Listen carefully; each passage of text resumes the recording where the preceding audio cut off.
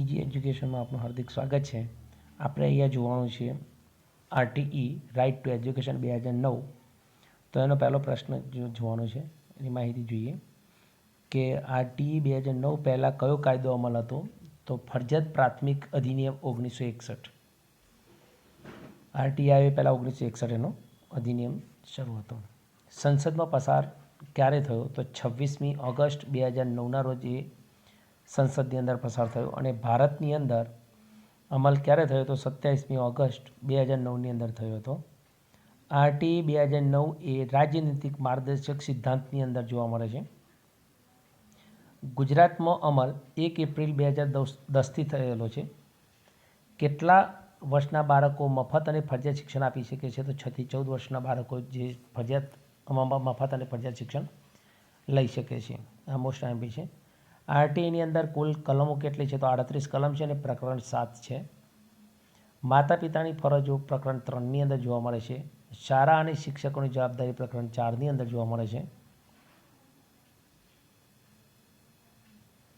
અભ્યાસક્રમ અને પાયાનું બુનિયાદી શિક્ષણ પ્રકરણ 5ની અંદર જોવા મળે છે.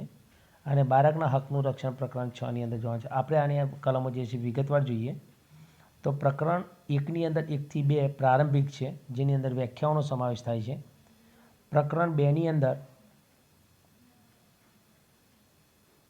મફત અને ફરજિયાત શિક્ષણનો હક બતાવેલો છે.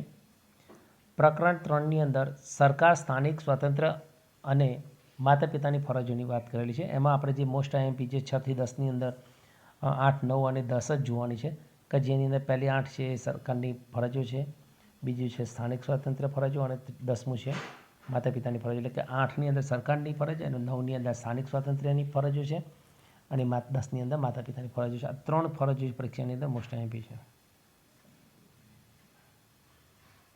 આગળ જોઈએ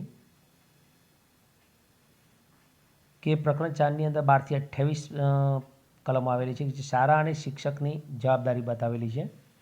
આગળ જોઈએ કે 12ની અંદર શાળાની જવાબદારી આપેલી છે અને 13ની અંદર મોસ્ટ આઈએમપી છે કે જે વધારાની ફી કે કસોટી ના લઈ શકાય કે તપાસ તો કસોટી લઈ તપાસ ના કરી શકાય કે એને ઇન્ટરવ્યૂ પણ લેવાતું નથી. જો લેવામાં આવે તો તેના ઉપર